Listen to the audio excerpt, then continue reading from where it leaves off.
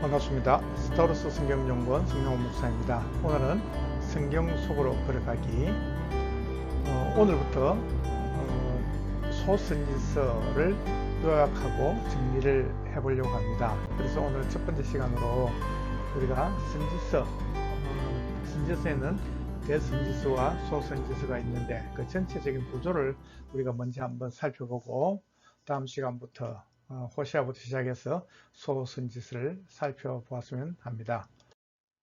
자, 오늘은 말씀드린 대로 소선지서를 요약 정리하기 전에 먼저 전체적인 선지서의 구조를 한번 보려고 합니다. 그래서 선지서는 모두 17권이죠. 그래서 대선지서는 이사야부터 시작해서 예레미야, 애가까지 5권이고 호시아부터 말라기까지 12권의 소선지서를 가지고 있습니다.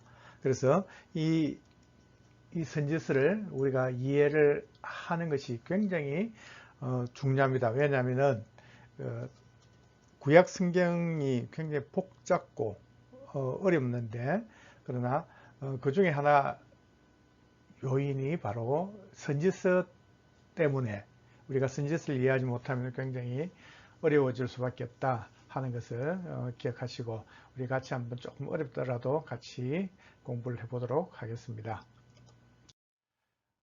자, 제가 일전에 먼저 올려드렸던 이 구약 역사를 시대별로, 연대별로 정리한 그 표를 제가 전에 올린 적이 있었습니다.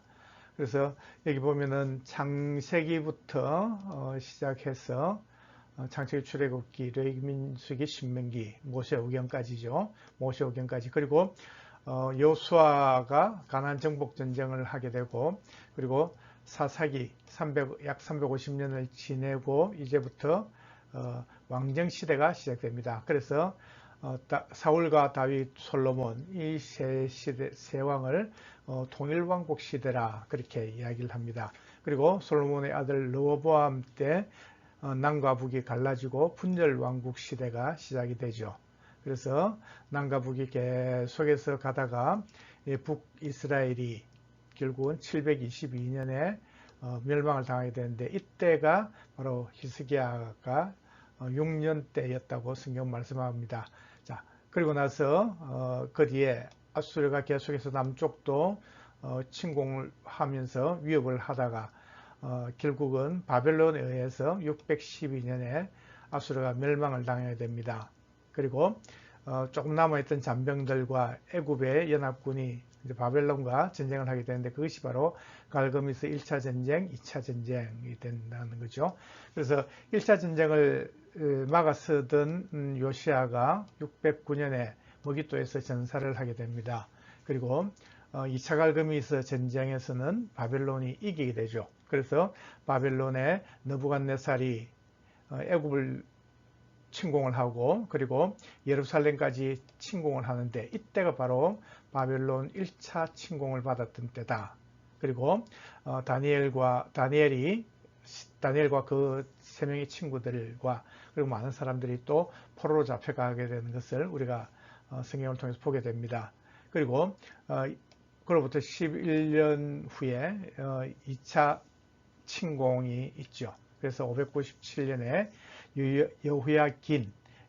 여호야김의 아들이었던 여호야긴이 바벨론 포로로 잡혀가게 되죠. 그때 같이 잡혀갔던 선지자가 바로 에스겔이었습니다. 그리고 세 번째 바벨론 침공을 받고 예루살렘 성전이 이제 무너지고 완전히 그 나라가 파괴돼 버렸는데, 그때 시드기야가 포로 잡혀가다가 두 눈이 빠지고 뽑히고 노줄을 묶여서 비참하게 이제 죽임을 당하게 되는 것이죠. 자, 그래서 그것을 보고 예레미야가 마지막에 애가까지 지어서 부르게 되었습니다. 이것이 바로 이제 포로 시대 멸망, 예루살렘 멸망과 이제 포로 시대가 시작된 거죠. 그러나 하나님께서는 예레미야를 통해서 이 포로가 되겠지만은, 그러나 70년 후에 너희들 다시 예루살렘으로 돌아올 것이다. 포로 귀환이 있을 것이다. 그렇게 예언을 하셨는데, 메데바사, 그리고 고레스죠. 바사의 고레스 왕이 바벨론 느부갓네살 세웠던 그 바벨론을 이기고 마지막 왕이었던 벨사사를 무너뜨리고 고레스가 이제 메데 바사 제국을 이루게 됩니다. 그래서 바벨론 제국이 무너지고 그때부터 이제 바사 제국이 이제 시작되는데 고레스가 제일 첫 번째 했던 일이 바로 예루살렘으로 다시 유다 백성들을 돌아갈 수 있는 사람 다 돌아가라고 말씀을 선언을 하죠.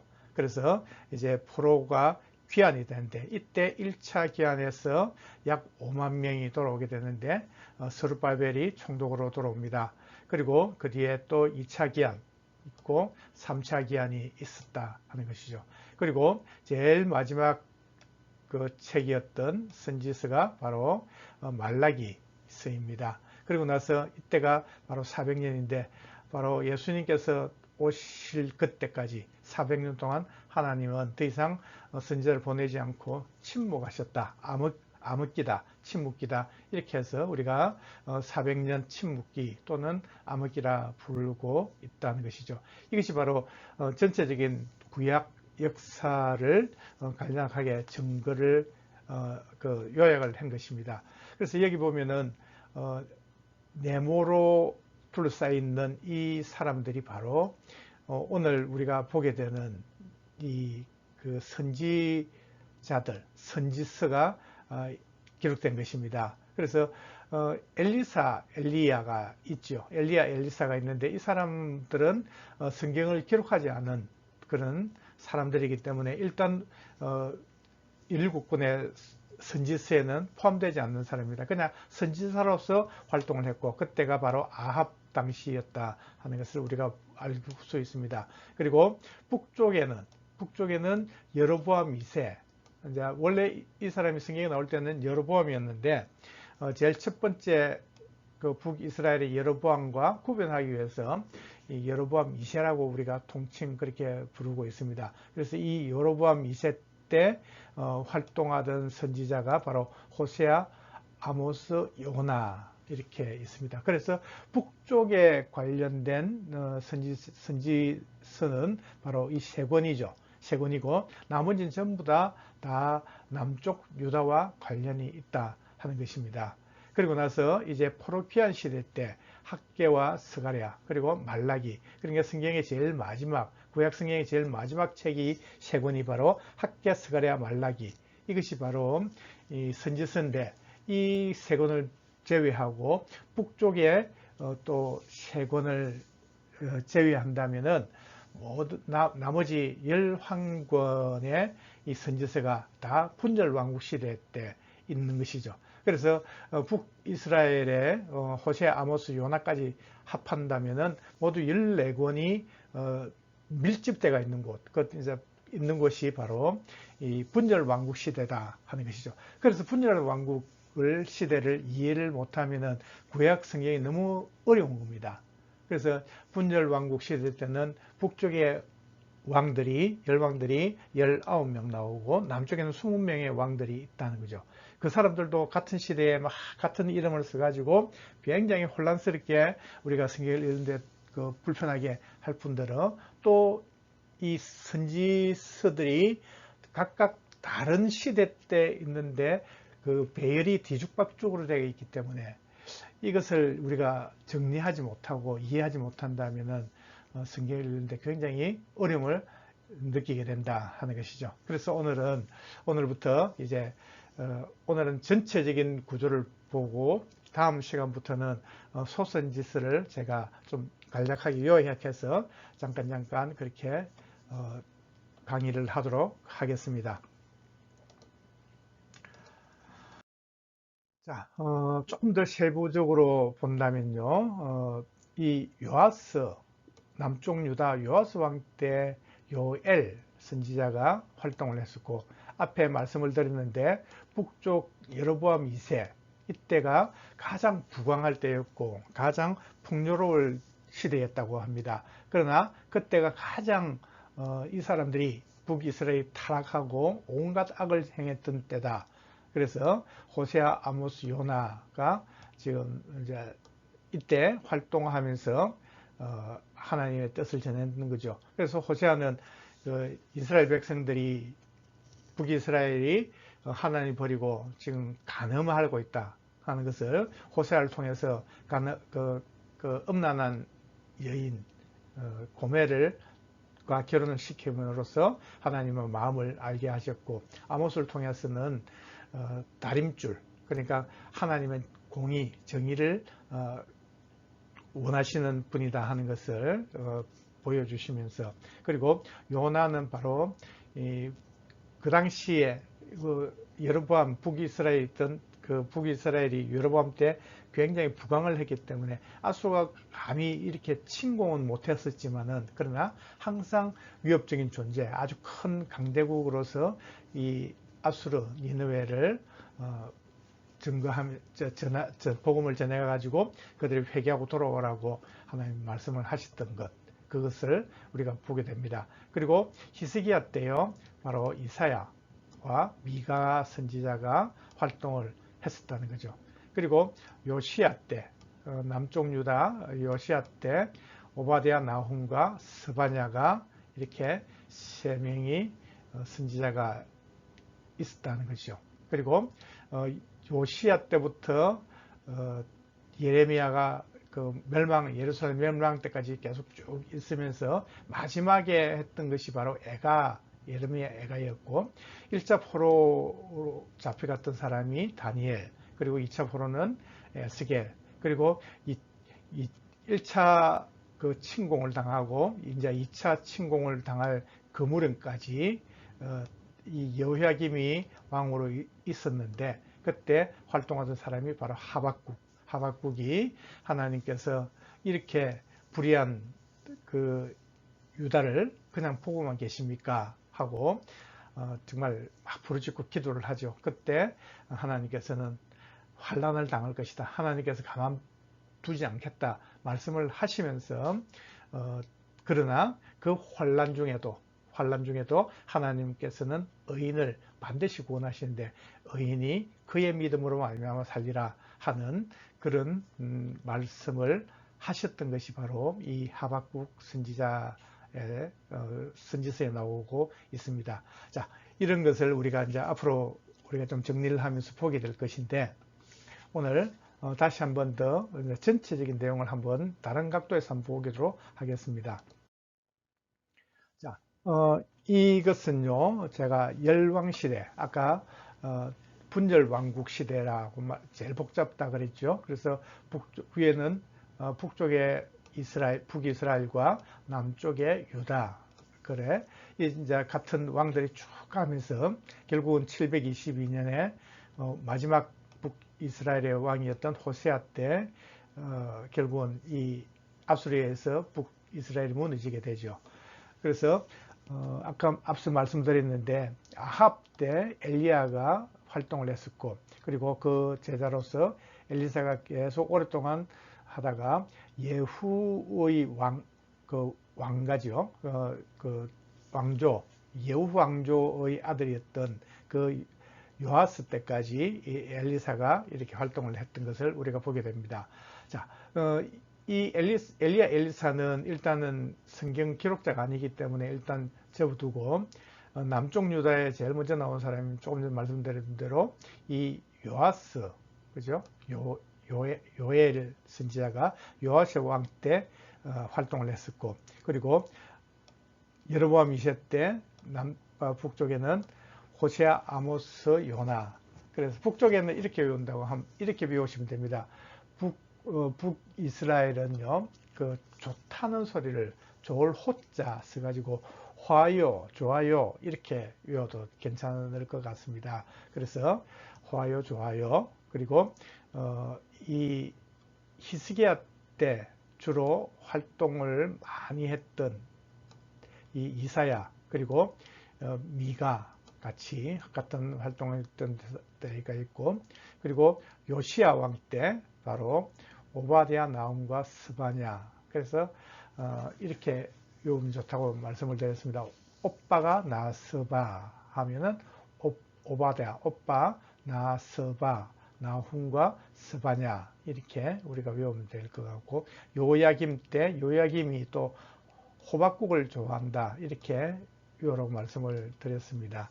그래서 1차 포로를 잡혀갔던 사람이 다니엘, 그리고 2차는 에스겔, 예레미야는 요시아 때부터 예루살렘 멸망 때까지 멸망을 기록하면서 눈물로 탄식했던 때가 바로 예레미야 애가가 있다 하는 것이죠. 그리고 포로에서 돌아온 말라기와 스가랴, 학개, 스가랴, 말라기 이 세 권에 이렇게 한다면은 모두가 다 17권을 우리가 알 수 있고 정리할 수 있게 된다 하는 것입니다.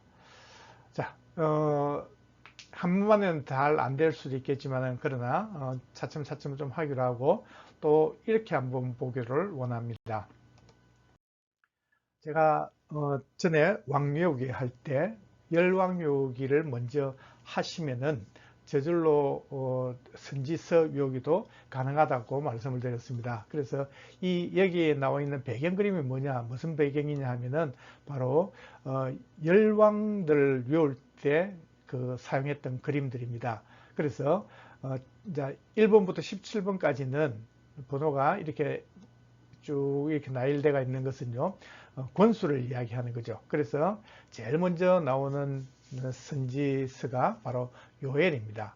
그래서 그 당시 열왕요기 할 때 이 그 요엘은요, 요아스, 내 여기 왔어, 요아스 하면서 외우라고 했습니다.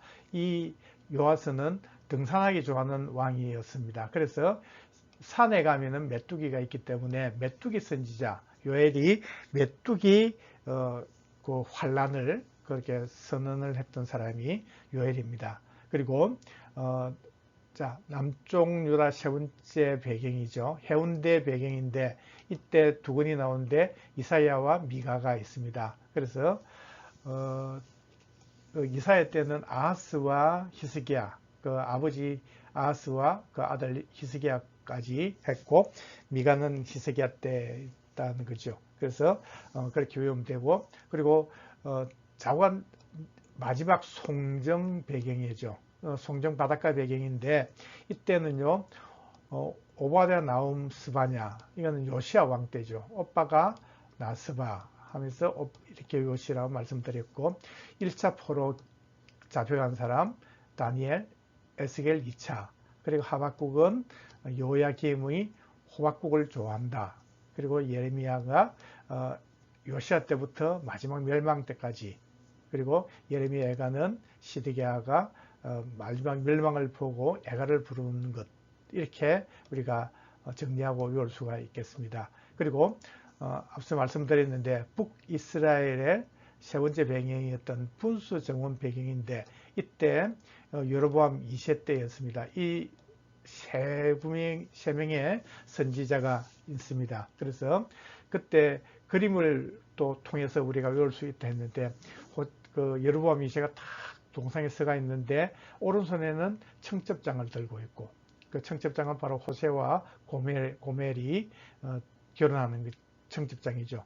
그리고 그가 입고 있는 옷은 뽕나무 무늬였다. 용포가 아니고 뽕나무 무늬였다. 그렇게, 그래서 뽕나무 선지자 하면은 아모스다 하는 것을 우리가 기억하시라고 말씀드렸고, 그리고 왼손에는 큰 물고기를 잡고 있었다. 그래서 니느웨를 그 멸망시키지 않기 위해서 하나님은 요나를 다시 그 니느웨 가서 외치라 그랬는데 다시스로 도망을 가다가 다시 하나님한테 물고기를 통해서 살아나게 되고 그 사명을 감당하는 것을 우리가 보게 됩니다. 자, 그런 것을 읽고, 그리고 나서 마지막에 학개, 스가랴, 말라기, 구약성의 제일 마지막 책이죠. 그래서 학개, 스가랴, 말라기, 이때는요 바로 또 그냥 우리가 마지막 성경이니까 학개, 스가랴, 말라기 이렇게 외우면 되는데, 또 어떤 분들은 성전 건축을 할 때는 학스말, 개스말이 필요하다 이렇게 외우는 사람도 있더라고요. 그래, 어떻게 외우시든 상관없습니다. 그래서 어느 왕 시대 때, 자, 오빠가 나스바 요시야 때, 그죠? 여로보암 2세 때 호아요, 좋아요 이렇게 또 그림으로 외울 수도 있고요. 자, 오늘 이렇게 하나하나 좀 정리를 한다면은 우리가 성경을 이해하는데 아마 큰 도움이 될 줄 믿습니다. 자, 오늘은요, 지금부터, 오늘부터 계속해서 시간 될 때까지 소선지서를 제가 요약해서 정리를 할 것입니다. 그래서 오늘 제일 첫 번째 시간으로 전체적인 선지서 17권의 그 위치, 그 배경, 대충 그런 아웃라인을 말씀을 드렸습니다. 자, 오늘 혹시라도 좀 마음이 있고 여건이 되신다면은 제가 강의했던 앞에 보면은 열왕요기가 있습니다. 남쪽 유다 20명 그리고 북이스라엘 19명 그 왕 외우는 것 그것을 외우시면은 열왕기가 이해되는데 아주 쉽습니다. 쑥 우리가 이해할 수 있습니다. 그뿐만 아니고 그 열왕들을 딱 외우고 나면은 그리고 선지서까지도 외우는데 아주 쉽게 진짜 5분 10분만 하면은 그냥 외울 수 있습니다. 그만큼 충분히 자신 있고 잘 할 수 있으시니까 조금 힘들더라도 좀 한번 시도해 보시기 바랍니다. 그렇게 하면은 반드시 하나님이 우리에게 주신 그 성경을 이해하는데 충분한 그 효과가 있고 도움이 될 줄 믿습니다. 오늘도 함께 하셔서 정말 감사합니다. 수고 많으셨습니다.